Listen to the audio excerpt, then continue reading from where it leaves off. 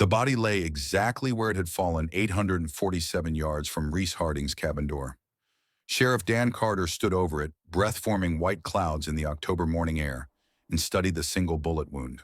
Center mass through the heart, clean entry, cleaner exit. The kind of shot that spoke of training patience and absolute certainty.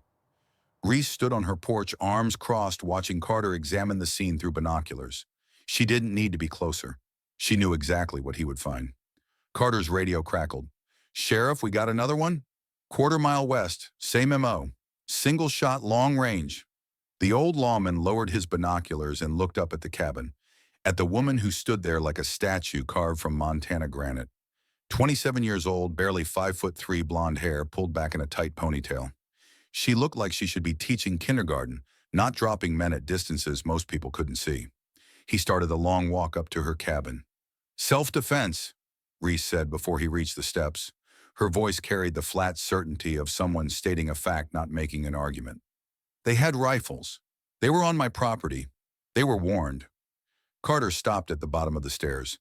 He'd been sheriff of Copper Ridge for 18 years. He knew when someone was lying. He also knew when someone was telling a truth that would complicate his entire week. "Miss Harding, I'm going to need you to walk me through the last 96 hours. Reese nodded once. "You're going to want coffee for this, Sheriff. It's a long story." She turned and walked inside. Carter followed, knowing that whatever came next would change everything he thought he knew about the quiet woman who'd bought the old Patterson property 8 months ago. What he didn't know was that it would also resurrect secrets buried for 50 years, challenge everything his town believed about heroes and legends, and prove that the deadliest sniper in Montana wasn't the grizzled Marine colonel they all worshipped. It was the girl they'd all dismissed. 96 hours earlier, the ambush outside Lashkar Gah still came to Reese in her sleep. She jerked awake at 0430, heart hammering, the phantom sound of gunfire echoing in her ears. The dream was always the same. 3 teammates dead before they hit the ground. 2 wounded so badly they'd never serve again, and Reese the only one who'd made it out of that valley without bleeding. 7 Taliban fighters that day. 7 kills providing cover fire for the evacuation that saved the wounded. She'd done her job perfectly, and she'd decided she never wanted to do it again. The therapist at Walter Reed had explained it was survivor's guilt, told her it was normal, told her time would help. Time hadn't helped. Distance had. Montana was as far from Afghanistan as you could get and still be on Earth. The mountains here were green, not dust brown. The air smelled like pine instead of smoke. The only explosions were thunderstorms rolling down from Canada. Reese pushed herself out of bed and began her morning routine. OWA 500 run 5 miles through the forest trails she'd mapped and memorized. The October cold bit at her face, but she welcomed it. Pain meant she was alive. Pain meant she was here, not there. She returned at a 600, showered, made coffee. Then came the part of her routine that kept her sane. Weapons maintenance. The basement of her cabin looked like a small armory. M24 sniper rifle with Schmidt and Bender scope. Remington 700 backup with Night Force optics. M4A1 carbine with ASOG and infrared laser. Glock 19 and a SIG P229 for concealed carry. Enough ammunition to fight off a small army. Not because she was paranoid, because she knew what happened when you weren't prepared. She cleaned each weapon with the same methodical precision she'd learned at SEAL training. Every rifle cleaned, every scope, checked, every magazine loaded and tested. The work was meditative grounding. Her hands knew these motions so well she could do them in complete darkness. At Ordo 800, she loaded her ATV and began her daily patrol. 12 wireless cameras covered every approach to her property. Motion sensors along the property lines. She'd spent 6 months transforming this land from vulnerable to fortress. The purchase of 2,400 acres of Montana wilderness had seemed like salvation. After 6 years of proving herself in the most demanding military community in the world, after 47 missions, where she'd performed flawlessly after carrying wounded teammates and making shots that put her in the top 5% of SEAL snipers, Reese had finally had enough. She'd earned her trident. She'd earned respect from her teammates. She'd earned every qualification, every medal, every commendation. But she hadn't earned peace. That morning during her patrol, she found the first sign that her isolation was about to end. Trail camera footage from her northern boundary. Week 1 of October, 3 days after she'd attended that disastrous town meeting. Four men moving through her property at 0300 hours, dressed in tactical clothing that was too expensive for casual hunters. Night vision goggles, thermal scopes, rifles that looked military issue. They moved with the coordinated precision of a trained team, bounding overwatch, hand signals, sector coverage. This wasn't some locals jacking a deer out of season. Reese downloaded the footage to her laptop and began analyzing. The cameras had tracked them for 40 minutes. They weren't hunting elk or deer. They were focused on something specific. Following GPS coordinates, stopping at precise locations to use metal detectors, searching for something buried. And they were doing it on her land. Reese spent the next day tracking them, not confronting them, not yet, just observing, learning their patterns, their routes, their procedures. It was basic reconnaissance, the kind she'd done 100 times in Afghanistan. What she learned worried her. These weren't amateur poachers, they were former military. The way they moved, the way they communicated, the discipline in their operation. These were men who'd been trained by the same government that had trained her. Probably contractors now, the kind who took high-dollar jobs in gray legal areas because their skills didn't translate to civilian life. On day 4, she followed them to the northwestern section of her property. Rocky terrain, difficult access, rarely visited. They'd brought excavation equipment, shovels, pry bars, a portable winch. They worked for 3 hours clearing rocks and debris from what looked like a natural depression in the hillside. It wasn't natural. Reese realized that when they finally cleared enough material to reveal concrete underneath, a bunker, old construction, 1960s or 70s by the look of it, covered by 50 years of erosion and vegetation. The men used bolt cutters on a rusted chain, pried open a steel door, disappeared inside with flashlights. 30 minutes later, they emerged carrying a metal briefcase. Military issue, stainless steel with a triple lock system. The leader, a man about 48, 6'1", with a scar running down his left cheek, opened the briefcase. Even from 600 yards away through her spotting scope, Reese could see his expression change.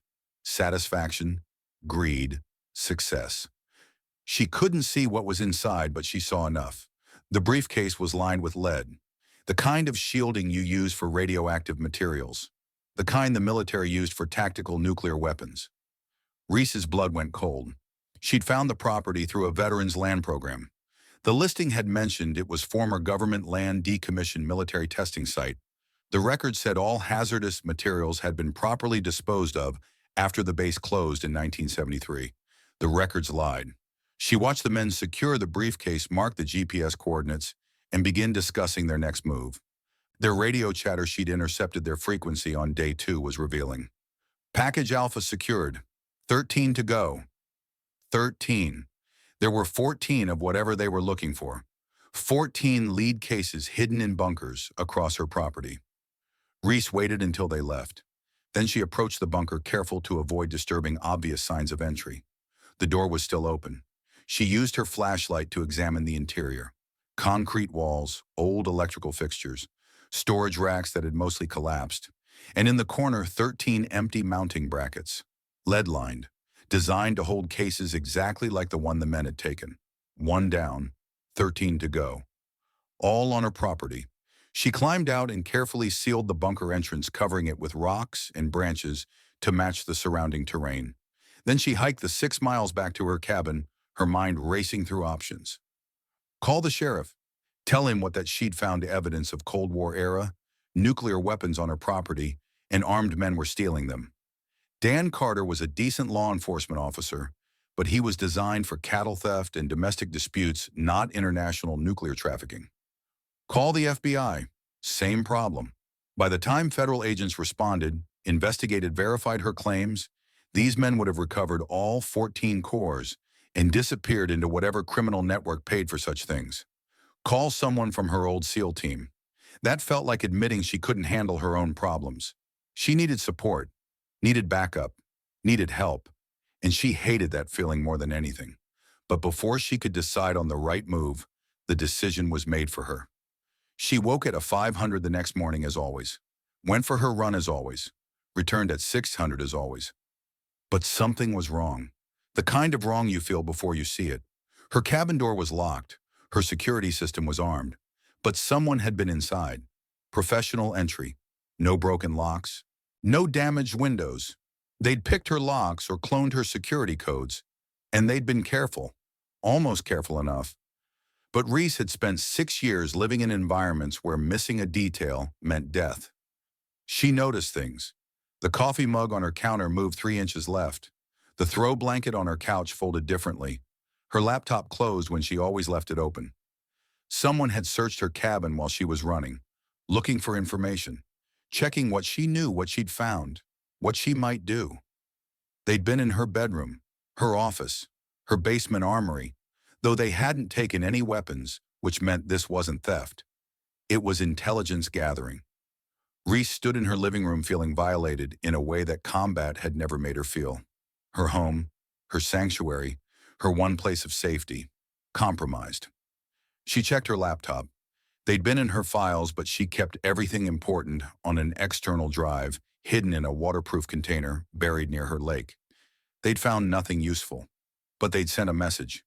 We know where you live. We know your routines. We can reach you anytime we want. Reese walked to her gun safe, unlocked it, and pulled out her M4A1 carbine. Checked the magazine, chambered around, set it on her kitchen table. Then she pulled out her phone and made a call she'd been avoiding for 8 months. The phone rang 4 times. She almost hung up. Then a gravelly voice answered. Harding, been wondering when you'd call. Wraith, I need help. Where are you? Montana, and I'm in over my head. I'll be there by morning. The line went dead. Reese sat down, stared at the weapon on her table. She'd spent 8 months running from her past, building a new life, trying to become someone other than the warrior she'd been trained to be. That was over now. But first she had to do something she'd rather face enemy fire than attempt. She had to go see the man who'd publicly humiliated her. The man whose judgment had poisoned an entire town against her. The man who, according to declassified military records she'd found that morning, had been assigned to Site Yankee from 1971 to 1973. Colonel Garrett Ironwood knew about those bunkers, had known for 50 years, and he was going to tell her everything whether he wanted to or not. The town meeting at Copper Ridge Community Hall 3 days earlier was supposed to be about water rights and boundary disputes. Standard Montana business. Ranchers arguing over creek access, property owners, debating fence lines, the usual territorial chess game that rural communities played every autumn. Reese had sat in the back row trying to be invisible. She'd only come because her property was mentioned in the agenda. Some question about an old access road that crossed her northern boundary. She'd planned to listen, nod when appropriate, and leave without conversation. That plan died the moment Colonel Garrett Ironwood stood to speak. At 67, Ironwood looked like he'd been carved from the same mountains that surrounded the valley. 6'2", silver hair cut high and tight shoulders that hadn't forgotten the weight of a rucksack. His face was weathered leather creased by decades of wind and sun, and his eyes held the kind of clarity that made people uncomfortable. He saw too much, remembered everything. Copper Ridge treated him like visiting royalty. Ironwood was their claim to fame, their connection to something larger than cattle and hay prices. Marine Force Recon, 25 years of service. Grenada, Panama, Desert Storm, Somalia. 89 confirmed kills across a career that had become legend. He'd retired here in 2001, bought a ranch on the eastern edge of town, and spent his days training horses and his evenings holding court at Murphy's Bar, telling sanitized versions of stories that would make most civilians lose sleep. The room quieted when he stood. Even the most argumentative rancher knew to shut up when Ironwood had something to say. Before we move forward, Ironwood said, his voice carrying the parade ground authority of a man who'd commanded in combat. I want to address something that's been bothering me. Reese felt her stomach tighten. She didn't know why. Some instinct. The same one that had kept her alive in Helmand Province. We've got new people moving into our valley, Ironwood continued. Good people mostly. Hard workers. Folks who respect the land and the community. He paused, scanning the room. His eyes found Reese, locked on. But we also need to be clear about who we are and what we value here. Reese's hands gripped the edge of her chair. I heard we got a former Navy SEAL who bought the old Patterson place. That right, Miss Harding? Every head turned, 50 pairs of eyes finding her in the back row. Reese stood slowly. Protocol. You stood when addressed by senior military, even in civilian settings. Some habits didn't break. Yes, sir.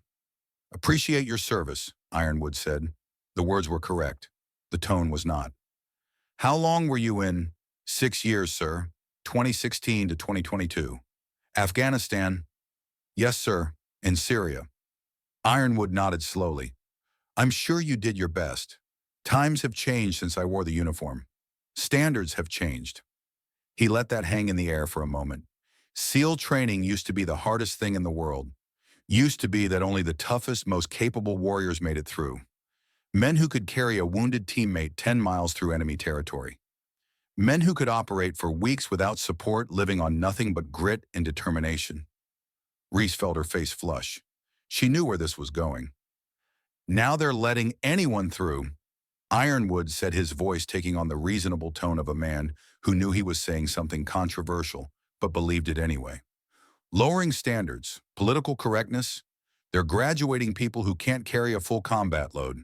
Hell, they're graduating 100-pound girls who couldn't drag a wounded man to safety if their lives depended on it. The room was silent. Someone coughed. A chair creaked. I'm not saying women can't serve, Ironwood continued.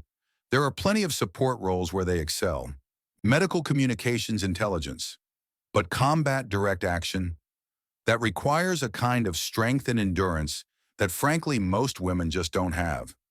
Reese's jaw clenched so tight her teeth ached. Say something, her mind screamed. Defend yourself. Tell him about the 47 combat missions, the teammates you brought home alive, the confirmed kills at ranges he couldn't imagine. But she didn't, because she'd learned in 6 years of fighting for respect in a male-dominated community that arguing only made it worse. You didn't win by talking. You won by doing. And she hadn't done anything yet that these people could see. So yes, Miss Harding, I appreciate your service. Ironwood's smile was grandfatherly, condescending, final. I'm sure you did your best with what nature gave you. But let's not pretend that SEAL standards are what they used to be. This valley respects real warriors, the kind forged in real combat under real standards. He sat down to murmurs of agreement. A few uncomfortable looks shot Reese's way, mostly sympathy, the kind you give someone who's been publicly corrected by their betters. Reese remained standing for 3 heartbeats longer than necessary, long enough for Ironwood to notice, long enough to make it clear she'd heard him, long enough to remember. Then she sat down, her face burning, and endured another 90 minutes of meaningless discussion about nothing that mattered. When the meeting finally ended, she was the first one out the door. Now standing outside Ironwood's ranch at dawn, Reese felt that same burning in her face. But this time it was mixed with something else. Purpose, the clarity that came from knowing exactly what needed to be done. The ranch was immaculate. White fences, perfect barn freshly painted, horses grazing in paddocks that looked magazine-ready, everything controlled, everything in its place, just like the man who owned it. Ironwood sat on his porch, coffee in hand, watching her approach. He didn't look surprised, didn't look concerned. Just looked at her the way a teacher looks at a struggling student who's finally come for help. Reese walked up his driveway, her boots crunching on gravel, her heart pounding harder than it had during firefights. This was different. This was personal. She stopped at the bottom of his porch steps, looked up at the legend, at the man who'd dismissed her, judged her, found her wanting. Colonel Ironwood, she said, her voice steady, we need to talk about Sight Yankee. For the first time since she'd known of his existence, Garrett Ironwood's face showed something other than confidence.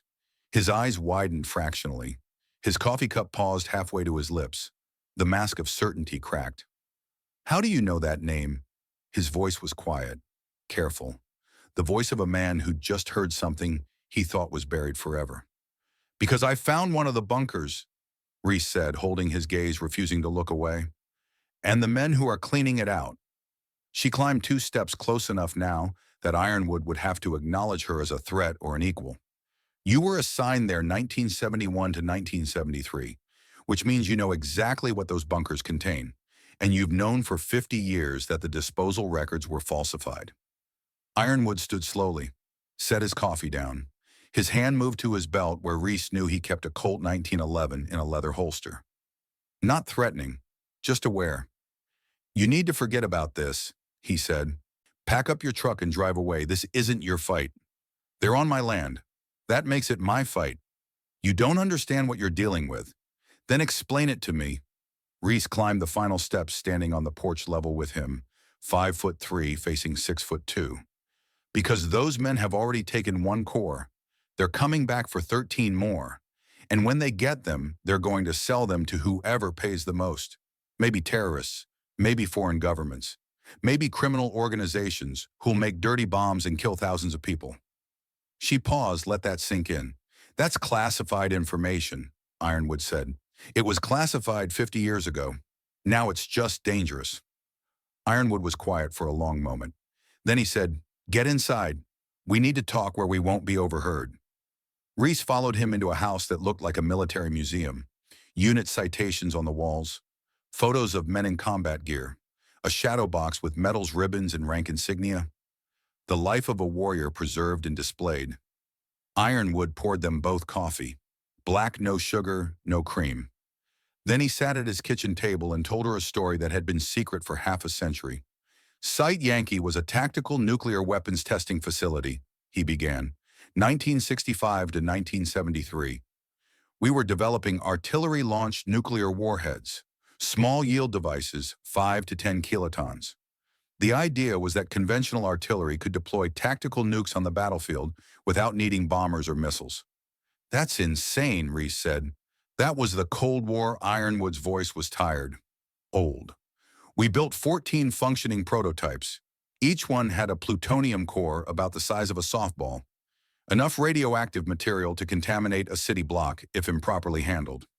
Enough to make a dirty bomb that could kill thousands. What happened to them? The SALT-I Treaty happened. 1972 nuclear arms reduction. Both sides agreed to dismantle certain weapon systems. Tactical artillery nukes were on the list. We got orders to dispose of the prototypes, send them to Nevada test site for proper dismantling and burial." Reese watched his face. "But you didn't." "I was assigned there as a junior officer, 24 years old. I followed orders."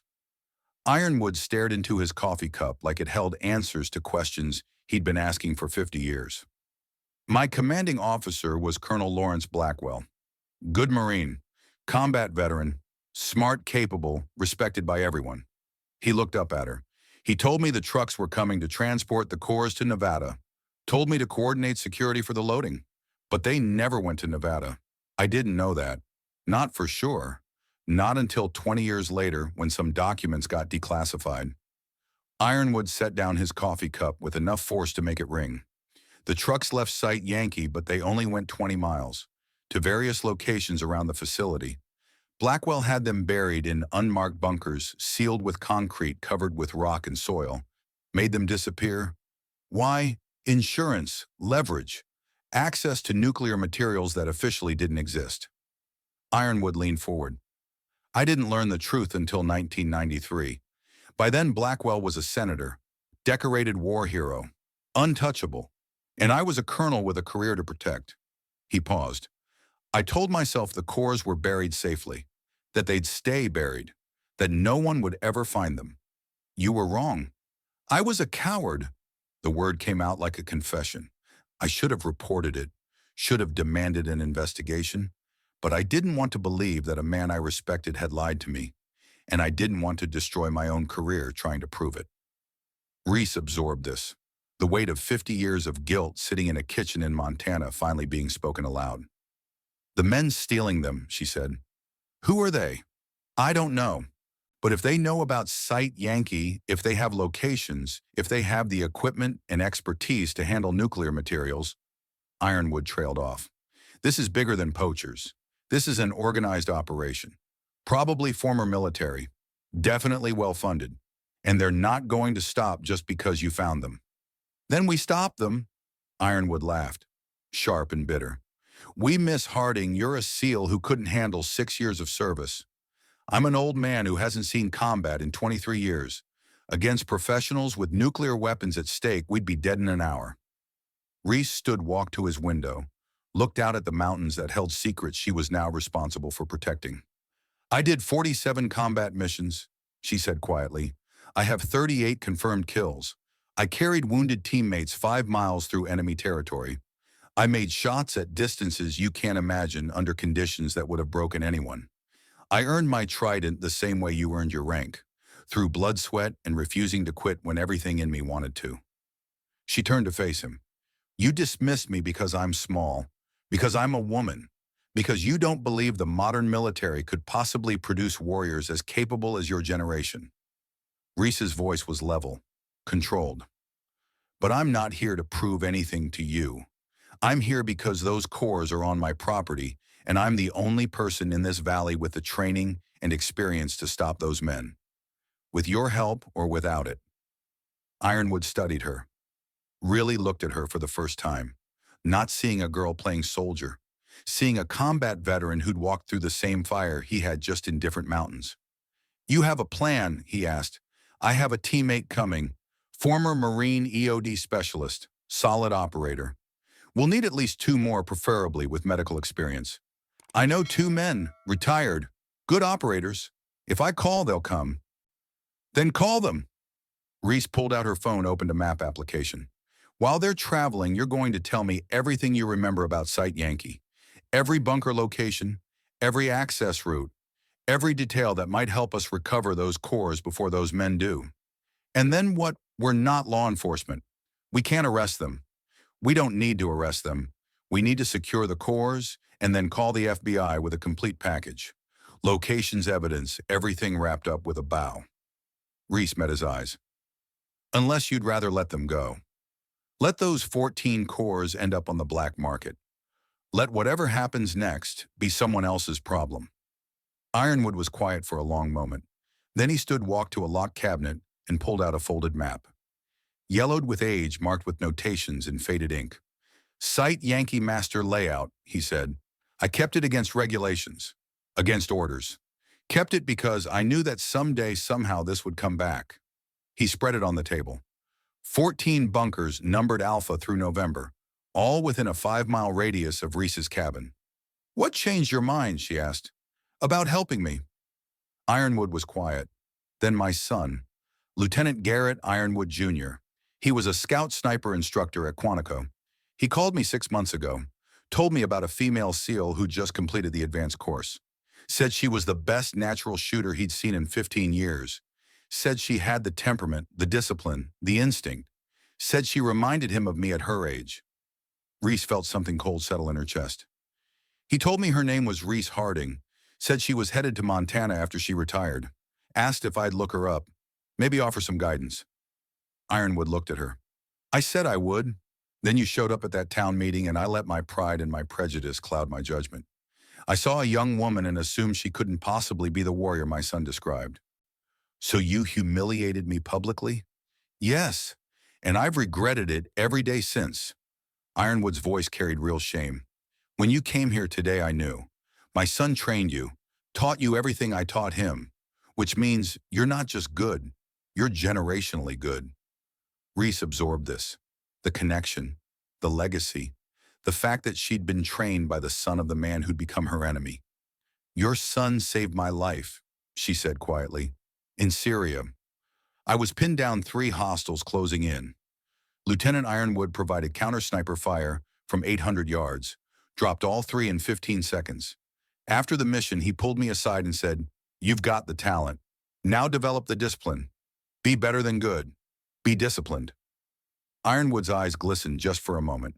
That's Garrett, always teaching, always pushing people to their potential. He picked up the map. He never mentioned you by name, just said his father was a Marine legend, that he'd learned everything from a man who'd forgotten more about shooting than most people would ever know. Ironwood looked at Reese.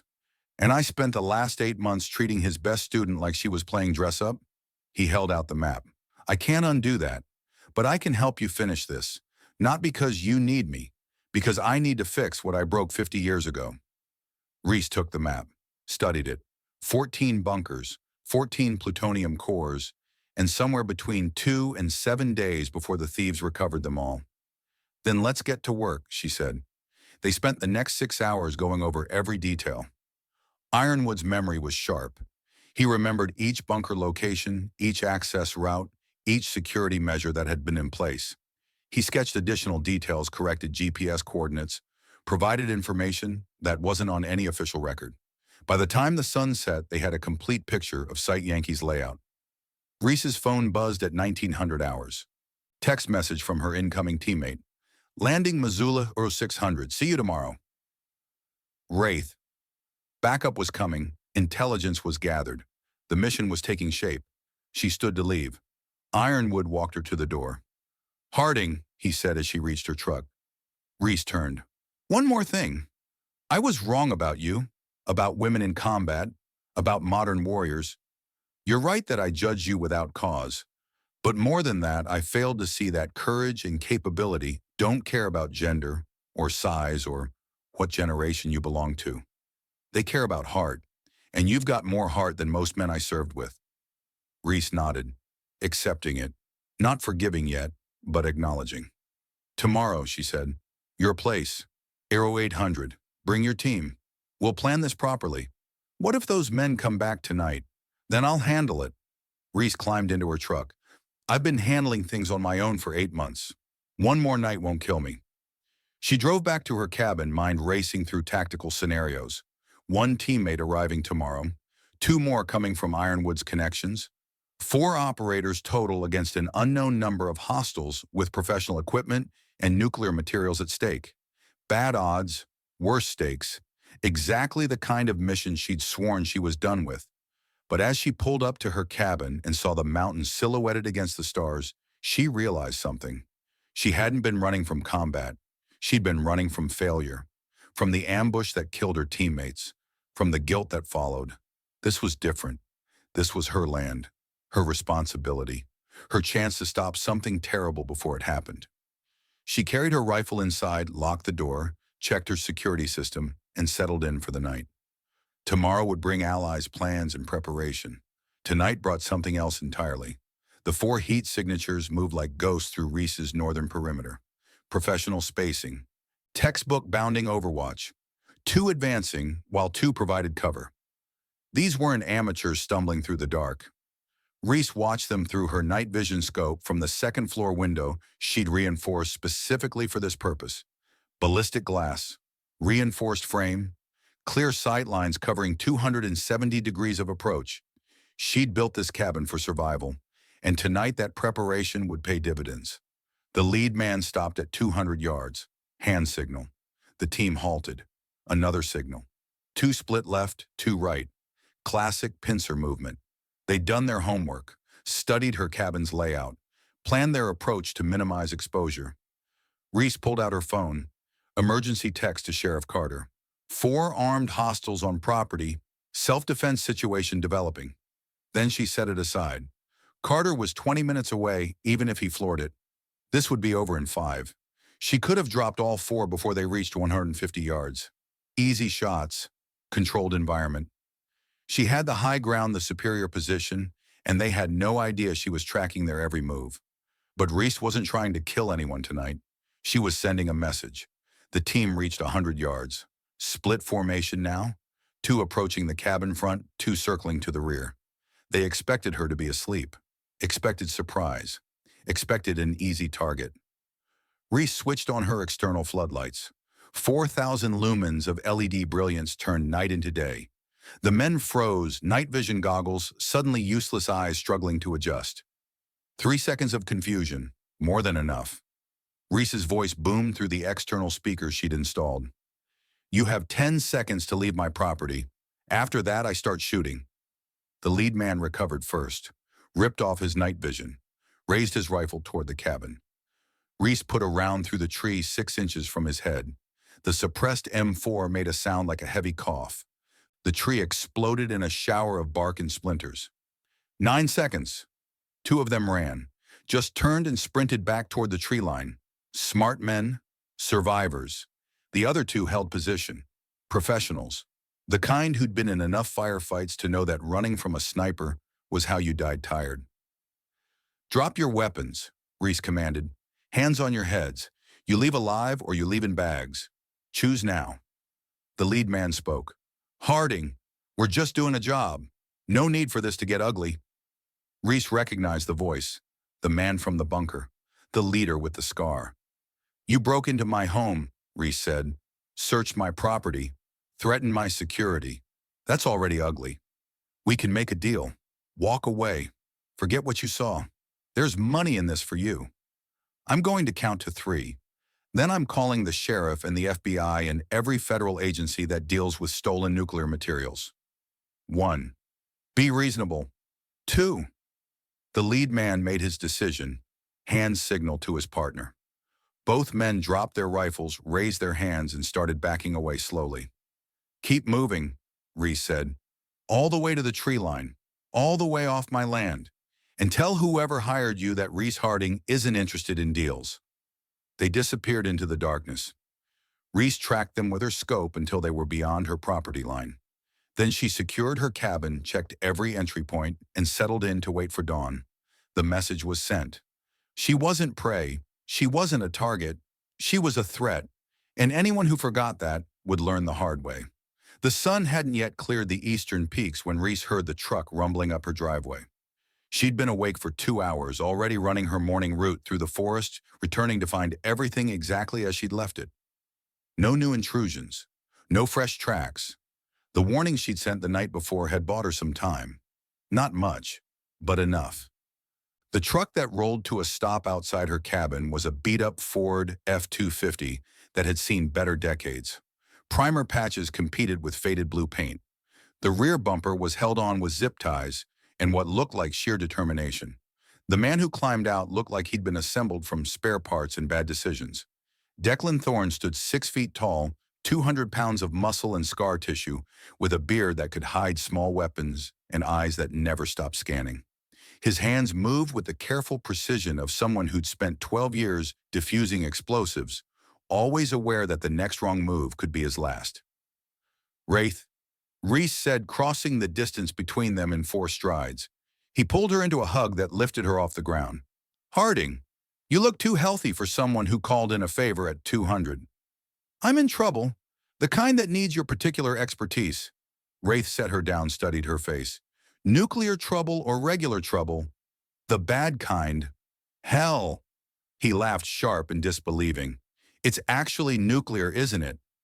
Reese's expression answered before her words did. Of course it is, because you don't do anything small. He grabbed his pack from the truck bed. Inside, I need coffee for this. They sat at her kitchen table, the early morning light slanting through the windows, and Reese told him everything. The poachers who weren't poachers, the bunkers, the plutonium cores, Ironwood's 50-year-old guilt, Senator Blackwell's corruption, the black market buyers waiting for materials that could kill thousands. Wraith listened without interrupting. When she finished, he leaned back in his chair and stared at the ceiling. So let me get this straight, he said finally. You bought a mountain, found Cold War nukes buried in your backyard, discovered a government cover-up, and now you're planning to stop a professional theft operation with what, 4 people? That's the summary. And you called me because you're the only EOD tech I trust with radioactive materials, because you're solid in a firefight, and because you owe me for Syria. Wraith grinned. I saved your life in Syria. After I saved yours in Raqqa. Fair point. He stood stretched, cracked his neck. All right, I'm in. When do I meet the rest of this suicide squad? Odo 800, Ironwood's ranch. The legendary colonel who treated me like garbage at a town meeting 3 days ago. This should be fun to watch. They arrived at Ironwood's ranch at 0755. 2 vehicles were already parked in the driveway. A newer Chevy Silverado and a vintage Jeep Wrangler that had more character than paint. Ironwood met them on the porch. He'd aged a decade overnight, the weight of 50 years of secrets finally speaking its toll. Harding, this your teammate, Declan Thorne, Marine EOD. 12 years of service, 6 deployments. Best in the business. Ironwood shook Wraith's hand, Marine to Marine, the grip of men who'd walked through fire. Good to have you, Staff Sergeant. Come inside. The others are here. The others were exactly what Reese expected. Military through their bones. Warriors who couldn't quite let go of the life. Sullivan Brennan stood by the coffee pot, 54 years old, but built like he was still running Bud's training. 6'1" gray hair buzzed to stubble forearms like steel cables. He'd been a SEAL Team 5 medic served with Ironwood in Somalia back in '93. Retired 10 years ago, but maintained his certifications. Now he ran a wilderness medicine school in Wyoming. "Call me Sully," he said, shaking Reese's hand with a grip that tested her. "Heard you're the one who got Lieutenant Ironwood's highest recommendation. That boy doesn't praise lightly." "He saved my life," Reese said. "Syria, counter-sniper fire from 800 yards. I owe him everything." "Then you'll understand why I'm here. Garrett asked me to watch your back, so I'm watching." Cameron Stryker stood by the window, mid-40s, weathered face, carrying the weight of hard decisions. He looked like his voice had sounded over the encrypted messages. Tired but determined. A man who'd spent 5 years tracking his former teammate, waiting for the moment when he could finally bring him down. "You're the whistleblower," Reese said. "I'm the guy who reported Nikolai Volkov 5 years ago for black market dealing and civilian casualties. We were both Delta Force. Both got discharged as a result. I've been tracking him ever since. Why not come forward earlier? Needed proof, evidence that would stick. Volkov's too smart to leave obvious trails. Had to wait until he committed, until he made a move that exposed everyone involved." Stryker looked out the window toward the mountains, including senators who should have known better. The dynamic settled quickly. 4 operators, different generations, different branches, but the same language, the same understanding, the kind that came from shared experience in places where mistakes meant death. Ironwood spread his old site Yankee map across his dining table, added newer topographical maps. Satellite imagery Reese had pulled from commercial sources, GPS coordinates, camera locations. Everything they knew about Volkov's operation. 14 bunkers. Ironwood began, his voice carrying the authority of briefing rooms and operations centers. "Volkov has recovered at least 4 cores, maybe more. We've confirmed Bunker Alpha was hit 6 days ago. Intel suggests they've taken Bravo, Charlie, and Delta as well." Wraith studied the map. "That's fast work. Professional team. Good equipment. They know exactly what they're looking for." "Which means they have inside information," Sully said. "Someone gave them locations, access codes, handling procedures." "This isn't random." Reese pulled up a file on her laptop. "Meet Nikolai Volkov, former Delta Force, discharged in 2015 for conduct violations. Since then, he's been a private military contractor specializing in high-value material recovery. Translation: he steals things governments don't want stolen." She turned the laptop to show Volkov's file photo. 48 years old, scar down his left cheek, eyes that had seen too much and cared too little. "And the inside man," Ironwood asked quietly. "Senator Lawrence Blackwell, your former commanding officer. The man who ordered those cores buried 50 years ago." Reese pulled up Blackwell's official photo. Distinguished, silver-haired, respectable. "He's in financial trouble. Campaign debts, legal issues, needs money fast. Volkov approached him with a deal. Blackwell provides locations and intel. Volkov handles recovery and sale. They split the profit." The room was silent. Ironwood's face had gone gray. "Lawrence Blackwell," he finally said. "We served together for 8 years. He was my mentor.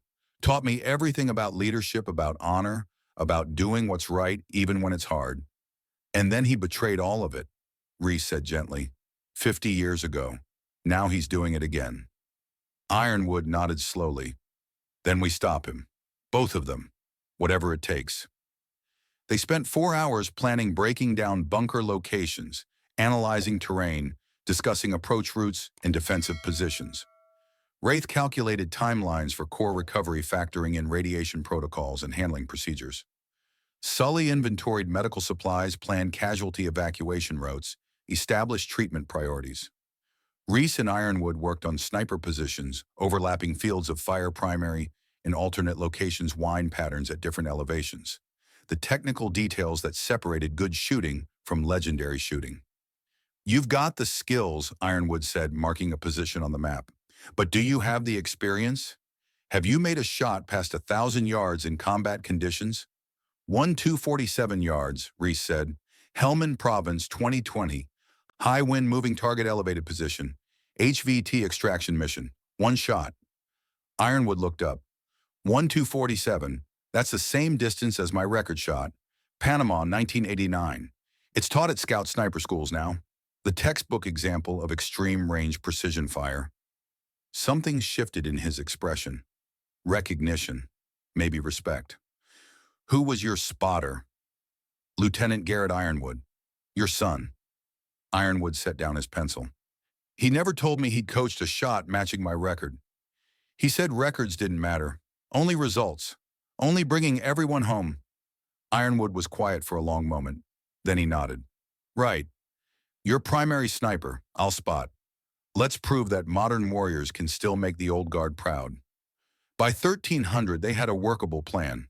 Two-person teams. Reese and Ironwood would handle long-range overwatch and sniper operations. Wraith and Sully would execute core recovery with proper radiation protocols. They'd start with the bunkers closest to Reese's cabin, work outward, recover as many cores as possible before Volkov's team could react.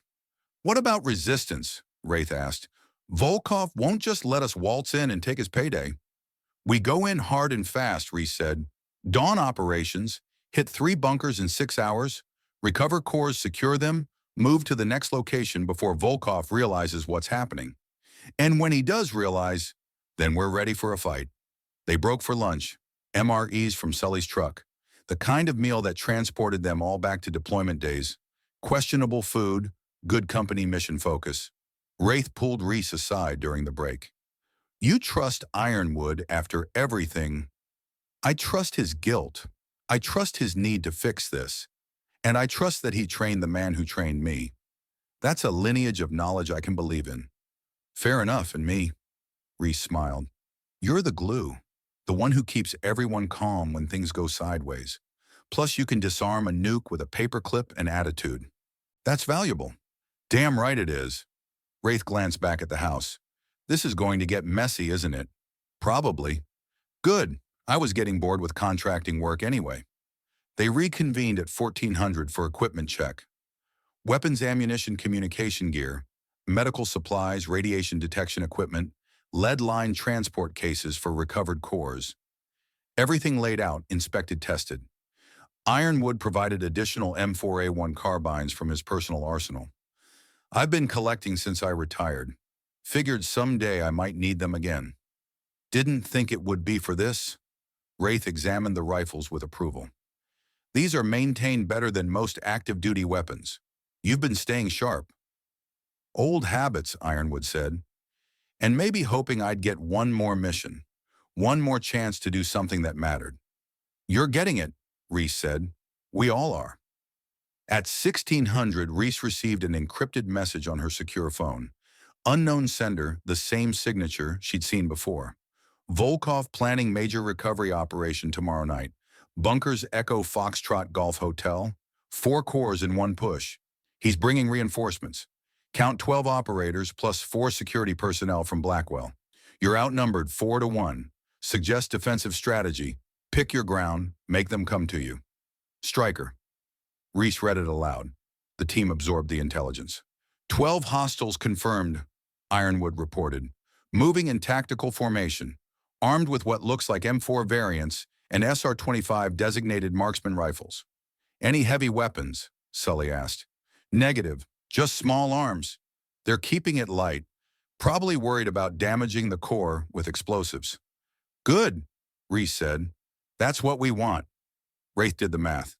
4 of us against 16 of them, on terrain they've studied for materials they're willing to kill for. Bad odds.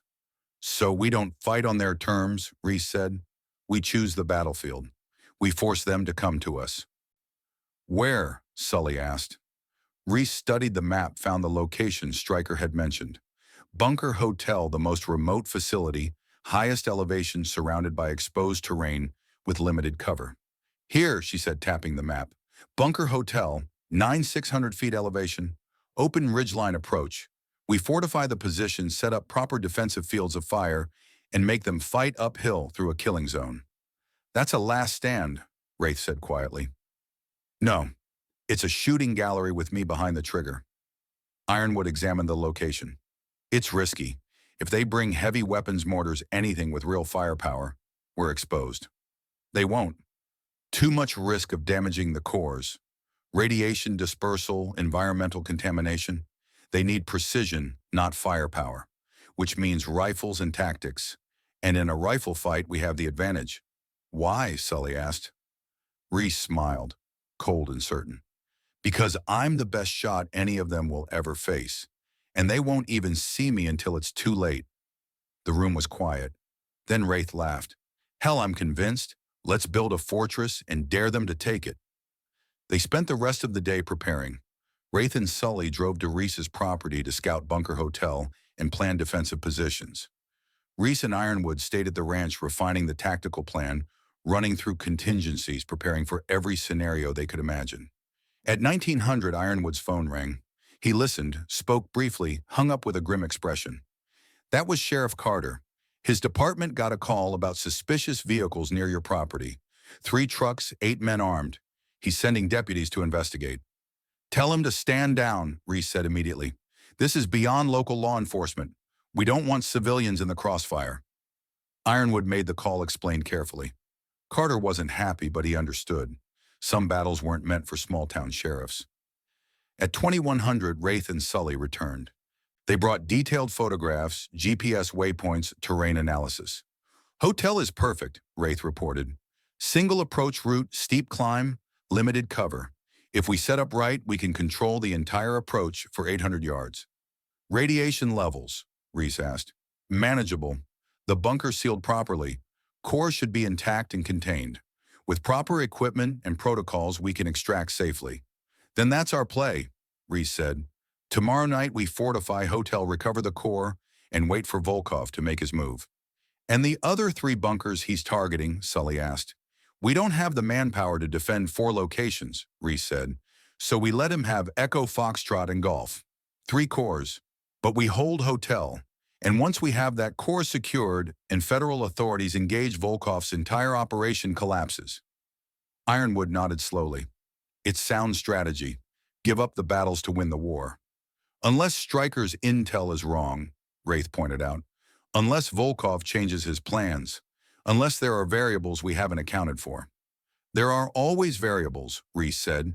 That's why we plan for chaos and pray for boring. They finalized the timeline. 0400 departure, 0600 arrival at Bunker Hotel, 2 hours to fortify position and recover core, 0800 federal authorities notified with complete evidence package. By the time Volkov's team arrived for their evening operation, they'd be facing not just 4 operators, but FBI, DOE, and whatever other federal agencies descended on a nuclear material theft. Get some sleep, Reese told her team. Tomorrow's going to be long and possibly violent. I need everyone sharp. Sully and Wraith took guest rooms in Ironwood's house. Reese prepared to drive back to her cabin, but Ironwood stopped her. Stay here tonight, he said. Your property's compromised. They know where you live. Here we have security numbers, and honestly, I'd rest easier knowing you're not alone. Reese considered refusing. Pride, independence, the same instincts that had kept her isolated for 8 months. But she was building a team now, learning to trust again, learning that asking for help wasn't weakness. All right, thank you. Thank you, Ironwood said quietly, for giving an old man the chance to fix his mistakes, and for showing me that I was wrong about more than just buried nuclear weapons. They sat on his porch as the stars came out. 2 snipers separated by 4 decades of service, but united by the same commitment to precision honor and doing what was right even when it was hard. Tell me about Garrett, Ironwood said. My son, he doesn't talk much about his work, but you trained with him. Learn from him. What's he like as an instructor? Reese smiled. Demanding, uncompromising, brilliant. He can read a shooter's mistakes from 500 yards away. Knows exactly what you're doing wrong before you do. But he's patient, encouraging. He believes everyone can improve if they're willing to work. Sounds like his mother. Ironwood's voice carried old grief. She was a teacher, best I ever knew. Lost her to cancer in 2003. Never got to see Garrett make lieutenant. He talks about her, Reese said. Says she taught him that teaching is the most important mission, that knowledge passed on is the only thing that survives us. Ironwood wiped his eyes. Not hiding it, just acknowledging. I should call him. Tell him about this, about you, about finally doing the right thing. After, Reese said, after we finish this, so you can tell him it's done, that the cores are secure, that the guilty are caught, that justice got served even 50 years late. You're very certain we'll succeed. I have to be. Certainty is what makes the shot connect. They sat in comfortable silence. Old warrior and young warrior learning that respect wasn't about age or gender or generation. It was about competence, courage, and the willingness to stand when standing mattered. At 2300, Reese went to sleep in Ironwood's guest room M4A1 beside her bed, go bag packed, phone charging, ready for Oral 400 departure. She dreamed of mountains and missions of gunfire, and ghosts of the ambush in Helmand Province, where she'd lost teammates and found the limit of her endurance. But this time in the dream, she didn't run from the valley. She stood her ground, made the shots that mattered, brought everyone home. She woke at 0330, 30 minutes before the alarm. Old habits from deployment days. The body knowing before the mind that it was time to work. The house was already stirring. Coffee brewing, men checking weapons, the quiet efficiency of professionals preparing for operations. By 0400, they were loaded and moving. 2 vehicles. Reese and Ironwood in her truck with the sniper rifles and observation equipment. Wraith and Sully in Sully's Jeep with the EOD gear and medical supplies. They drove through darkness toward the mountain that held secrets buried for 50 years, toward a bunker that would become a battlefield, toward the moment where 4 operators would face 16 hostiles and prove that skill mattered more than numbers. The sky was just beginning to lighten when they reached the base of the ridgeline leading to Bunker Hotel. They parked the vehicles in concealed positions, covered them with camouflage netting, and began the 3-mile hike to the summit. Reese led the way, her mountain, her mission, her responsibility. Behind her, 3 warriors followed, each carrying the weight of their own histories, each committed to seeing this through to whatever end awaited. The sun broke over the eastern peaks as they reached Bunker Hotel. Golden light spilled across exposed granite and sparse vegetation. The bunker entrance was exactly where Ironwood's 50-year-old map indicated. Concrete door, rusted lock, the seal of secrets too long buried. Wraith examined the entrance. Clean. No signs of tampering. Volkov hasn't been here yet. Then we're ahead of schedule, Reese said. Let's make this count. They worked with practiced efficiency. Wraith and Sully breached the bunker, swept for threats and booby traps, established safe entry protocols. Reese and Ironwood set up primary and alternate sniper positions with overlapping fields of fire covering the approach route. By Roar 700, they were operational. The core was secured in a lead-lined transport case. Defensive positions were fortified. Communications were tested. Fields of fire were confirmed. They were ready. And somewhere below them, moving up the mountain with professional precision and criminal intent, Nikolai Volkov led 16 men toward a confrontation he didn't know was waiting. A confrontation that would prove the difference between old legends and new warriors was nothing at all, because warriors were warriors regardless of when they served. And today the best would remind 16 professionals why skill, position, and absolute certainty mattered more than numbers. The mountain held its breath, and Reese Harding, 27 years old, a 247-yard veteran disciple of Lieutenant Garrett Ironwood and partner to Colonel Garrett Ironwood, settled behind her rifle and waited for the moment when patience became violence. The moment that would define everything. The moment that was coming fast. The wind at 9,600 feet was a living thing. It gusted and swirled, pulled at clothing, whispered lies about trajectory and holdover. Reese had been tracking it for 90 minutes now, learning its rhythm, understanding its moods. Wind at altitude wasn't linear. It curved around ridge lines, accelerated through gaps, died in pockets of dead air. Reading it required patience and instinct in equal measure. Ironwood lay beside her in the primary hide, spotting scope, steady on a small tripod. They'd built the position into the natural terrain, using rocks and sparse vegetation for concealment. From 400 yards, they were invisible. From 800 yards, they were ghosts. Movement, Ironwood said quietly. Southeast approach. 4 individuals, tactical spacing. Reese shifted her scope. Found them immediately. 4 men moving upslope with the careful precision of professionals who knew they were exposed. They wore civilian hiking gear but moved like soldiers, spacing too perfect. Sector coverage too disciplined. These were Volkov's advanced scouts. Range, Reese asked. 740 yards. Wind 3 o'clock, 12 miles per hour, sustained gusting to 18. Reese did the calculations automatically. At this distance with this wind, she needed 2.3 mils of windage adjustment. The gust complicated it, but she could wait for the lulls. Patience was the sniper's greatest weapon. I have the shot, she said, waiting for your call. Hold, Ironwood said. Let them commit. Once they radio back that the approach is clear, the main force will follow. That's when we want contact. The scouts continued their advance. 600 yards now. 500. They were good, Reese had to admit. Proper use of cover-coordinated movement. But good wasn't enough when you were being tracked by someone better. At 400 yards, the lead scout stopped, raised his radio. She watched him key the mic, speak, briefly lower the radio. The universal signal that the path ahead was clear. Main force will be moving now, Ironwood said. We've got maybe 10 minutes before they are in the kill zone. Copy. Repositioning to cover the approach. They'd planned this carefully. 3 defensive positions, each covering different ranges and angles. The primary hide where they currently sat controlled 400 to 1,000 yards. The secondary position, 200 yards to their left, covered 200 to 500 yards.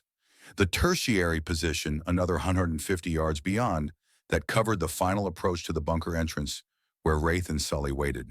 Overlapping fields of fire, mutual support, the fundamental principle of defensive operations. Reese's radio crackled, Wraith's voice calm and professional. We have the package secured, radiation levels nominal, ready to extract on your signal. Negative, Reese replied. Hold position. Company's arriving. We need to neutralize the threat before we move. Copy. Standing by. Reese settled deeper into her position, controlled her breathing, let her heart rate drop to operational levels. This was the moment she'd trained for across 6 years and 47 combat missions. The moment where skill became survival. The main force appeared at 200 yards. Even at that distance, Reese could count them. 12 individuals moving in 3 fire teams of 4. Professional tactics, proper spacing. These weren't Volkov's scouts. These were his primary assault element. 12 hostiles confirmed, Ironwood reported. Moving in tactical formation, armed with what looks like M4 variants and SR-25 designated marksman rifles. Any heavy weapons? Negative, just small arms. They're keeping it light, probably worried about damaging the core with explosives. Good, that's what we want. Reese tracked the lead element through her scope. Where's Volkov? Center of the formation, moving with the second fire team. Conservative positioning. He's letting his people take the risk. Smart, paranoid, probably why he's still alive. The assault force moved with grim efficiency. They knew their objective, knew the train had probably studied satellite imagery, and planned this operation for weeks. What they didn't know was that 4 operators were waiting with superior positions and the will to hold them. At 800 yards, the lead fire team entered Reese's optimal engagement range. She could take them now, drop 3 before they even knew they were under fire. But Ironwood was right. Let them commit. Let them close the distance. Make them pay for every yard. Range 750, Ironwood called. Wind holding steady at 14 miles per hour. Pressure system stable. Visibility excellent. Reese made micro adjustments to her scope. The M24 was zeroed for 600 yards. Beyond that, she had to account for bullet drop, wind drift, the Coriolis effect at extreme ranges. Every variable mattered. Every calculation had to be perfect. I'm going to start with the designated marksman, Reese said. Take out their long-range capability first, then work through the fire team leaders. Solid tactics. On your call. At 720 yards, Reese found her first target. Male, approximately 6 feet tall, carrying an SR-25 with a high-powered scope. Moving with the confidence of someone who'd made long-range shots before. He was Volkov's counter-sniper. The insurance. The man who was supposed to identify and neutralize threats like Reese. She waited for the wind lull, watched the grass at 400 yards. When it stopped bending, she had a 3-second window. The rifle settled. The crosshairs found center mass. Reese's finger took up the trigger slack. The shot broke clean and smooth. The 300 Winchester Magnum round covered 720 yards in 1.1 seconds. The designated marksman dropped like someone had cut his strings. His rifle clattered on rocks. His team scattered, seeking cover that didn't exist on the exposed ridgeline. Hit, Ironwood confirmed. Good shot. Reload. Reese cycled the bolt, chambered a fresh round, found her second target before the first fire team had finished reacting. Another designated marksman, 680 yards, moving into cover behind a boulder. The boulder provided concealment, not protection. Reese could see his leg extending beyond the rock face. She adjusted her aim point, sent the round. The man screamed, grabbed his shattered femur, rolled out of cover in shock and pain. Not a kill shot, but a fighter removed from the battlefield just as effectively. 2 down, Ironwood said. His voice carried the approval of a master watching a student exceed expectations. They're pinned, looking for the shooter. Reese smiled coldly. Let them look. At this range, with this position, with this wind, they'll never find me before I find them. The assault force went to ground. Radios crackled. Orders were shouted. They were professionals dealing with an unexpected complication. But Reese could see the problem they faced. No cover, no concealment. Exposed on a ridgeline against a sniper who just made 2 difficult shots look easy. Volkov's voice carried across the distance, authoritative and angry. Suppressive fire marked the position. 8 rifles opened up simultaneously. Rounds snapped past Reese's hide, impacting rocks, 50 yards to her left. They were guessing, shooting at shadows, wasting ammunition on empty terrain. Reese remained perfectly still, didn't flinch, didn't react. Let them burn through magazines while she waited for targets. A fire team leader stood to direct his men. Fatal mistake. Reese tracked him smoothly. 650 yards, light wind, perfect conditions. The shot caught him in the upper chest. He spun and fell. The suppressive fire faltered as his team realized their leader was down. 3 down, Ironwood said. They're breaking, trying to flank left. I see them. 4 men were attempting to use a shallow depression as cover for a flanking maneuver. It might have worked against a less experienced shooter, but Reese could see the depression's limitations. In 200 yards, they'd have to cross an open area with 0 cover. She let them commit, watched them move with desperate hope that they'd found a solution. Waited until they reached the kill zone. The first man across the open area made it 3 steps. The second made it 2. The third went to ground immediately, smart enough to recognize the trap, but there was nowhere to go. Reese took her time, made the shots count. By the time the flanking attempt collapsed, 6 of Volkov's 12 operators were combat ineffective. The assault had stalled completely. The survivors huddled behind inadequate cover, pinned by a sniper they couldn't locate and couldn't suppress. It was every infantryman's nightmare. Death from distance, invisible, inevitable. And somewhere below, Nikolai Volkov was learning that bringing 16 men to kill 1 woman had been 14 men too few. Volkov's voice cut through the mountain air like a whip crack. Command presence even in defeat. Even pinned down behind inadequate cover with half his force bleeding into Montana granite. We didn't come this far to quit targets 300 yards ahead. We take it or we die trying. Reese tracked him through her scope. The scar on his left cheek was visible even at 550 yards. His jaw set in determination, eyes scanning for threats he couldn't see. A commander who'd led men through worse and survived. But surviving and winning were different things. He's rallying them. Ironwood said, his voice carrying the professional respect of one warrior for another. Moving with his remaining operators. Coordinated rush toward the bunker. Reese watched the assault develop. 6 men plus Volkov. 7 total. Moving with desperate courage across open ground, knowing they were exposed. Knowing the sniper was watching, but pushing forward anyway. It was madness. Or bravery. Sometimes the line between them disappeared entirely. 550 yards, 500, 450. Reese's crosshairs tracked Volkov's center mass. She could end this now. Drop the leader and watch his assault collapse like a puppet with cut strings. But something held her back.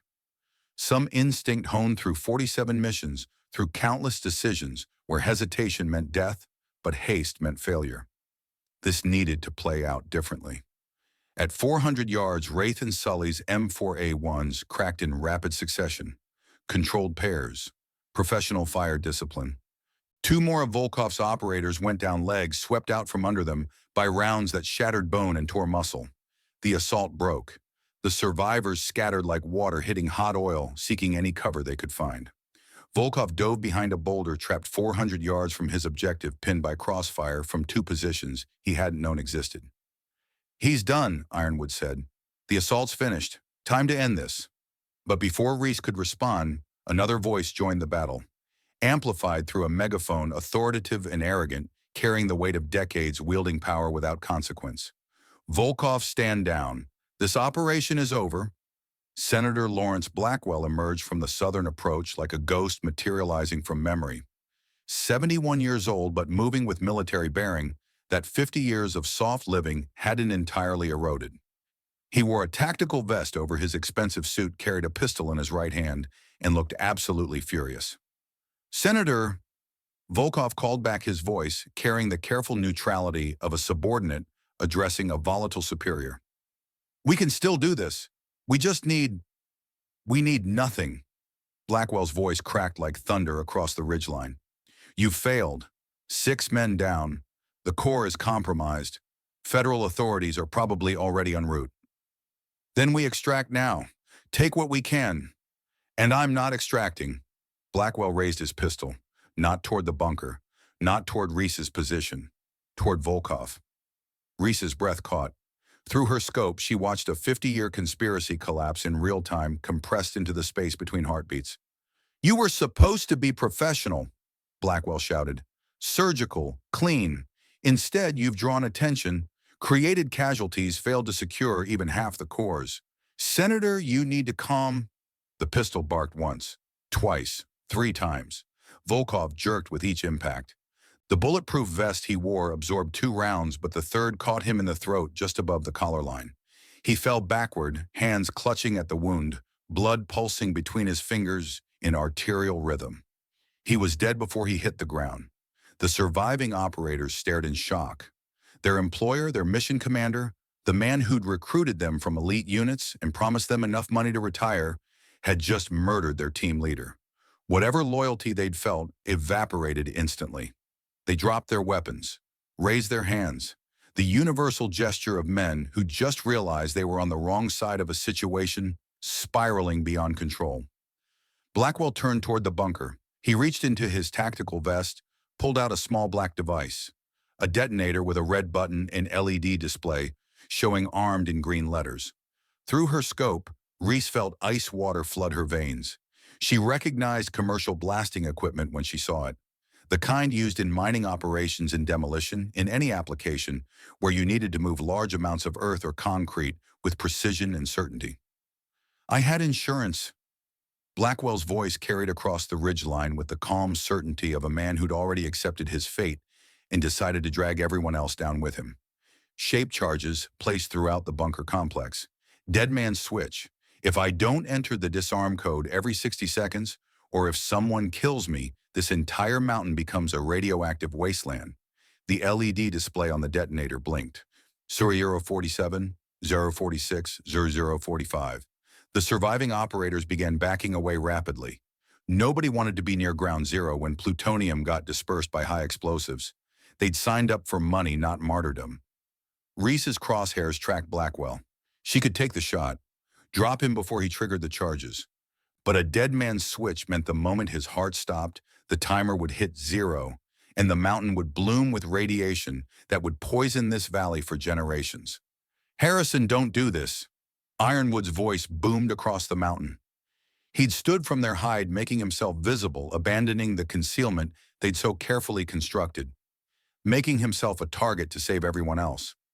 Blackwell's head turned. Recognition flickered across his face. "Garrett, is that you?" The timer read 0038, 0037, 00036. "It's me," Ironwood said, walking forward slowly, hands visible, rifle slung across his back. "And I'm asking you, as a brother Marine, as someone who respected you once, there's still a way out of this." "Respected?" Blackwell laughed, bitter and broken. "You followed my orders without question, Garrett. Never suspected, never questioned. Just like a good little lieutenant." 0029, 0028, 0027. Ironwood kept walking, kept closing the distance. 60 yards now. 50. Close enough that Reese could see both men clearly through her scope. Two old warriors facing each other across a chasm 50 years in the making. I should have questioned, Ironwood said. Should have reported what I saw. Should have chosen honor over career. I failed. But you can still make the right choice. There's no peace for men like me, Blackwell said. His left hand moved, raising the pistol. Not toward Ironwood, not toward the bunker, toward himself. Barrel under his chin, 0018, 0017, 0016. Whatever you've done, however deep you've fallen, this doesn't end it, Ironwood said. This just makes it worse. Kills innocent people. Poisons this land for generations. I won't spend my final years in federal prison, Blackwell said. Won't let my legacy be treason and corruption. Better to end it here, on a mountain, like a warrior. His left thumb moved toward the pistol trigger. His right thumb hovered over the detonator button. The LED read 009, 008, 007. Lawrence. Ironwood started. Reese had 3 seconds to make a decision. Shoot the detonator. Difficult shot. Might trigger the charges. Shoot Blackwell. Dead man's switch activates. Shoot the pistol. Remove his suicide option. Forced negotiation. The wind lulled. 3-second window. 890 yards, high wind, hand-sized target. Every lesson Lieutenant Garrett Ironwood had taught her flooded back in a rush. Breath control, wind reading, patience. The absolute certainty that when you pulled the trigger, the shot would connect. Be disciplined. Reese made her choice. The shot came from 890 yards out. Reese hadn't waited for permission, hadn't asked for authorization. She'd simply read the moment the way a sniper reads wind, calculated the variables, the way she'd calculated 1,000 shots before, and made the call that only she could make. The bullet struck Blackwell's pistol with enough force to obliterate the weapon in his hand. Metal fragments tore through his palm. The pistol spun away harmless, landing 30 feet away in sparse grass. Blackwell screamed, dropped to his knees. His mangled left hand sprayed blood across the rocks, fingers bent at angles that bones weren't meant to achieve. But his right hand still held the detonator, and the LED still counted down. 003, 002. Wraith exploded from the bunker entrance like he'd been shot from a cannon. 42 years old and moving like he was 22, covering ground in great bounding strides that ate up distance with desperate speed. He hit Blackwell in a tackle that would have made an NFL linebacker proud. The detonator flew from Blackwell's hand, tumbling end over end, LED still blinking. NAR 01. Wraith's hand closed around it mid-air. His thumb found the red button, not to press it, but to brace against it to prevent any accidental activation as he hit the ground and rolled, cradling the device against his chest like it was made of spun glass and prayers. "Got it," he shouted. "Got it! How do I disarm this thing?"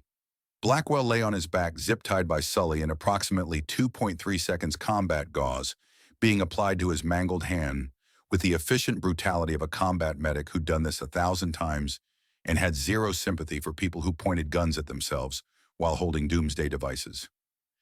Code Sully said, pressing the gauze hard enough to make Blackwell gasp. "Now!" "Go to hell," Blackwell said through clenched teeth. Sully pressed harder. "The code, or I let you bleed out and we all die together. Your choice. Make it fast." Blackwell's face went gray, pain and shock warring with whatever remnants of defiance still flickered in his eyes. But survival instinct, that primal thing that lives deeper than pride or honor or any other construct humans build around themselves, that instinct won. 1971, he gasped. "The year I took command, 1971. Wraith's fingers flew across the device, entered the code. The LED blinked once, twice, then disarmed. Green letters, the most beautiful words Reese had ever seen. The collective exhale from 4 operators sounded like a wind gust of its own. Wraith set the detonator down carefully as if it might still explode out of spite. Then he lay back on the rocks and started laughing. Not humor, relief. the kind of laughter that comes when you've stared directly at death and lived to tell about it. 890 yards, he said between laughs. You shot a pistol out of his hand at 890 yards. In high wind. That's not even possible. It was necessary, Reese said, descending from her hide with Ironwood following close behind. That makes it possible. She walked to where Blackwell lay zip-tied and bleeding, surrounded by the wreckage of his ambitions. The 8 surviving operators knelt in a line, hands on their heads, guarded by Sully, who looked like he was hoping one of them would try something stupid. Blackwell looked up at her. Really looked at her. Seeing her for the first time as something other than an obstacle or a target or a problem to be solved. You, he said, you're the girl from the town meeting, the one Garrett dismissed. I'm the sniper who just saved your life, Reese said, so you can spend the rest of it in federal prison thinking about the choices that brought you here. She crouched down to his level. I lost 3 teammates in Helmand Province. 3 good people who died because we walked into an ambush we didn't see coming. And for 8 months, I've been asking myself if I could have done something different. Made a choice that would have brought them home. She paused. You had 50 years to make a different choice. To report what you saw, to choose honor over convenience, and every day you chose wrong. That's the difference between us, Senator. I learned from my failure. You became yours. Blackwell had nothing to say to that. He simply lay there broken and silent, waiting for the federal agents who would take him away. They arrived at 14:30. The familiar thump of helicopter rotors preceded them by 5 minutes, giving Reese time to secure the scene one final time. FBI hostage rescue team. DOE specialists in hazmat suits. Enough firepower and authority to lock down the entire mountain and prevent anyone from leaving or entering for the next 72 hours. Special Agent Victoria Hayes was the first one out of the lead helicopter. 50 years old, steel gray hair, cut short, and practical eyes that missed nothing and forgave less. She surveyed the scene with the professional appreciation of someone who'd seen enough crime scenes to know when something had been handled properly. Bodies, prisoners, evidence, 1 plutonium core secured in proper lead-line containment, and 4 civilians standing in the middle of it all, looking tired but unharmed. Let me guess, Hayes said, walking up to Reese. Former military. All of us, Reese confirmed. We secured the scene and waited for proper authorities. That was considerate. Most civilians would have made this into a bloodbath. Hayes examined the wounded operators, the zip-tied senator, the recovered core. Who made the long-range shots? Those are sniper-level hits. Professional grade.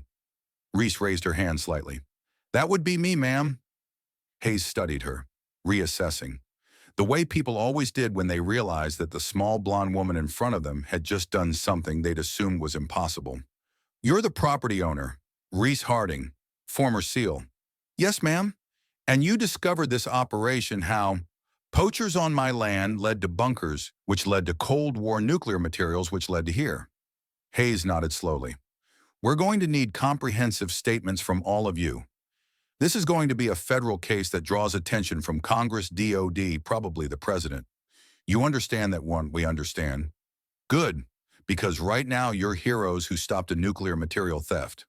I'd like to keep it that way, which means cooperating fully with our investigation. They spent 6 hours giving statements. Every detail, every decision, every shot fired and why. The federal agents were thorough professional and increasingly impressed with how 4 operators had neutralized a force 4 times their size with minimal casualties. Cameron Stryker arrived at 1800 driven up the mountain in an FBI vehicle, looking like his voice had suggested over encrypted messages. Mid-40s, weathered, carrying the weight of 5 years spent tracking his former teammate. He spoke briefly with Hayes, then approached Reese's team. You're the ones who stopped Volkov, he said, not a question. We're the ones who secured the cores, Reese corrected. You're the one who provided intel. Without you, this would have been a lot messier. Stryker nodded. Volkov was my responsibility. I reported him 5 years ago. Thought that would end it. Instead, it just made him more careful, more dangerous. When I learned he was going after Site Yankee materials, I knew I had to act. Why not come forward earlier? Ironwood asked. Because I needed proof, evidence that would stick. Volkov was too smart to leave obvious trails. I had to wait until he committed, until he made a move that exposed everyone involved. Stryker looked at Blackwell being loaded into an FBI helicopter, including senators who should have known better. You saved lives today, Reese said. That counts for something. Maybe. Or maybe I'm just trying to balance scales that can't be balanced. Stryker held out his hand. You're a hell of a shot. That 890-yard pistol hit is going to be legend by tomorrow. I had a good teacher, Reese said, glancing at Ironwood, and his father. Stryker's eyes widened slightly, recognition dawning. You're the Ironwood, Panama sniper, Marine legend. Retired Marine, Ironwood corrected, and clearly outclassed by the next generation. They were released at 2200 with instructions to remain available for follow-up questions. The trials would take years. Congressional hearings, investigations into how 14 tactical nuclear weapons had remained buried and forgotten for half a century. How a sitting senator had conspired to steal them. How close the nation had come to a radiological disaster. But tonight, that was someone else's problem. The drive back to Reese's cabin was quiet, exhaustion settling into bones, the adrenaline crash that followed every combat operation, leaving behind the tremors and the nausea and the profound gratitude for still being alive. At Reese's cabin, they gathered on the porch. Coffee and bourbon, the combination that had sustained warriors since alcohol and caffeine were discovered. What now? Sully asked. Now we wait, Reese said. Federal investigation, trials, probably congressional hearings. This is going to take years to fully resolve. And us? Wraith asked. The team. Reese looked at the three men who'd answered her call, who'd trusted her leadership, who'd fought beside her against impossible odds. We did something good today. Stopped a threat most people will never know existed. Secured materials that could have killed thousands. Brought justice to men who'd hidden crimes for half a century. She raised her coffee mug. I'd call that a successful mission. They drank to that, to success, to survival, to the bonds forged in combat that lasted longer than any other connection humans could build. Wraith and Sully left the next morning. Promises to stay in touch. Invitations to visit. The friendships cemented in fire that would last the rest of their lives. Ironwood stayed an extra day. He and Reese walked her property together, discussing the operation, analyzing decisions, debriefing the way soldiers do when they need to process what they've lived through. You're exceptional, Ironwood said as they stood overlooking the valley. Not just skilled, exceptional. The kind of operator that comes along once in a generation. I learned from the best, Reese said. Garrett would be proud. Hell, I'm proud. And I'm sorry it took almost losing everything to recognize what was obvious from the start. They walked in silence for a while. Then Ironwood asked, What's next for you? Same thing that's next for you.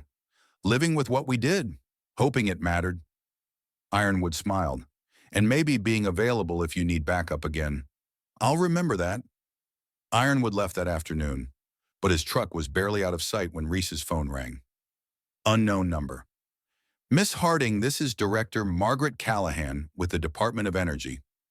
The woman's voice was professional, direct. The tone of someone who'd reviewed files and made decisions and now needed to execute them. We've reviewed your actions regarding the site Yankee recovery. I'd like to discuss a consulting position. Legacy weapons recovery. We have sites across the country with similar issues. We need people with your skills and discretion. Reese looked out at her mountain, at the peace she'd sought, at the solitude she'd craved. But she'd learned something in the last week. She wasn't meant for pure isolation. She was meant for missions that mattered, for standing when standing was needed, for being the person who could handle impossible situations because she'd trained for impossible her entire adult life. I'm interested, Reese said, under certain conditions. Name them. I choose my team. I approve the missions. And I stay based here in Montana. I won't relocate. Silence. Then acceptable. We'll send contract details by end of week. The call ended. Reese sat on her porch and smiled. 2 months later, Copper Ridge held another town meeting. Standard fall business, water rights, boundary disputes, the usual territorial chess that rural communities played. But this time when Reese entered the community hall, the room didn't go quiet with judgment. People nodded, shook her hand, thanked her for what she'd done even though the official story was classified and vague. Sheriff Carter updated everyone on the federal investigation, carefully worded protecting operational details but making it clear that something significant had happened on that mountain, and Reese had been central to resolving it. Colonel Ironwood stood when the floor opened for comments. I want to address something I said 8 months ago at this very meeting. I made judgments about modern military standards, about capabilities, about a particular individual. He looked directly at Reese. I was wrong, completely. And I want this community to know that Reese Harding is one of the finest warriors I've had the privilege of serving alongside. She's proven that skill, courage, and honor aren't bound by gender or generation. And I'm grateful she chose our valley for her home. The room applauded. Not polite courtesy, genuine respect. After the meeting, a young woman approached, maybe 23, nervous but determined. Miss Harding, I'm Emma Carter, sheriff's daughter. I'm thinking about joining the military, maybe trying for SEAL training, but I keep hearing it's too hard, that women can't really make it through, that the standards are different. Reese recognized the doubt in Emma's eyes, the same doubt she'd faced, the same judgment. The standards aren't different, Reese said. They're brutal, unforgiving, designed to break everyone who attempts them. But they're not impossible, not if you want it badly enough, not if you're willing to work harder than you've ever worked, not if you can look at failure and say, teach me instead of defeat me. Did you ever want to quit? Every day, sometimes every hour. Buds is designed to make you quit, but I'd made a promise to myself, and I'd rather die than break a promise. Emma absorbed this. If I try, if I train, will you help me? Reese smiled. Every Saturday morning, or 600, my place. Bring running shoes and willingness to suffer. I'll be there. Watching Emma walk away, Reese felt something shift. Legacy, not through blood or family, but through knowledge passed forward, skills shared. The next generation prepared to carry forward the values that mattered. That night, Reese sat on her porch, stars brilliant above Montana darkness, the mountain peaceful around her. Her phone buzzed. Text from an unknown number. Mission brief attached. Kazakhstan. Similar situation. 8 cores. Russian involvement. Interested. Director Callahan. Reese opened the attachment. Read the details. Another legacy site. More buried materials. Another threat that needed stopping. She thought about the peace she'd sought, the isolation she'd craved, the life she'd tried to build away from combat and violence and impossible decisions. But she'd learned who she really was. Not someone running from her past, someone prepared for her future, a warrior who chose her battles, a protector who stood when standing mattered, a teacher who passed knowledge forward. She typed her response. Send travel details. I'll need 3 days to arrange things here. The reply was immediate. Acknowledged. Welcome to the team. Reese set down her phone and looked out at her mountain. The place that had tested her, changed her, revealed her. She wasn't just Reese Harding anymore. Property owner, isolated veteran, woman dismissed and underestimated. She was an operator, sniper, warrior, and most importantly, someone who'd proven that legends weren't born in any particular generation. They were forged by choices, by standing when others ran, by making impossible shots when everything depended on them. The phone rang again. Ironwood's number. Saw the news about Kazakhstan, he said without preamble. Going, Reese confirmed. Need a spotter? Reese smiled. Always if you're available. For you, I'll make myself available. This old warrior isn't done yet. Neither am I, Colonel. Neither am I. They ended the call with plans to coordinate. 2 generations, 2 warriors, 1 commitment to doing what was right even when it was hard.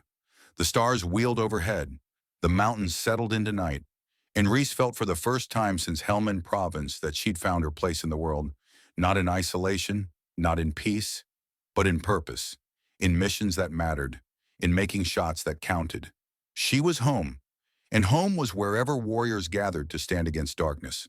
The legend of Ironwood would endure, but beside it now stood another legend, smaller, younger, just as deadly, Reese Harding, the sniper who bought a mountain and defended it against impossible odds. The woman who proved that size didn't matter, gender didn't matter, Only skill, courage, and the absolute certainty that when you pulled the trigger, the shot would connect. That certainty was everything, and Reese had it in abundance. She stood, walked inside, began preparing for Kazakhstan, cleaning weapons, reviewing maps, planning for the next mission, the next mountain, the next impossible situation that someone had to handle. Because warriors didn't retire. They just found new battles worth fighting, and Reese had found hers. The mountain held its breath one last time, then released it. The story was told. The mission complete. Justice served 50 years late, but served nonetheless. And somewhere in the darkness, Lieutenant Garrett Ironwood's spirit smiled. His best student had become the teacher. His father had found redemption, and the legacy he'd built through patience and discipline and absolute certainty would continue long after his name was forgotten. Because that's what warriors did. They passed it forward, generation to generation, skill to skill, until the line stretched from the first person who stood against darkness to the last one who would ever need to. Reese Harding was one link in that chain, not the first, not the last, but strong, tested, proven, and ready for whatever came next. The end, but also the beginning.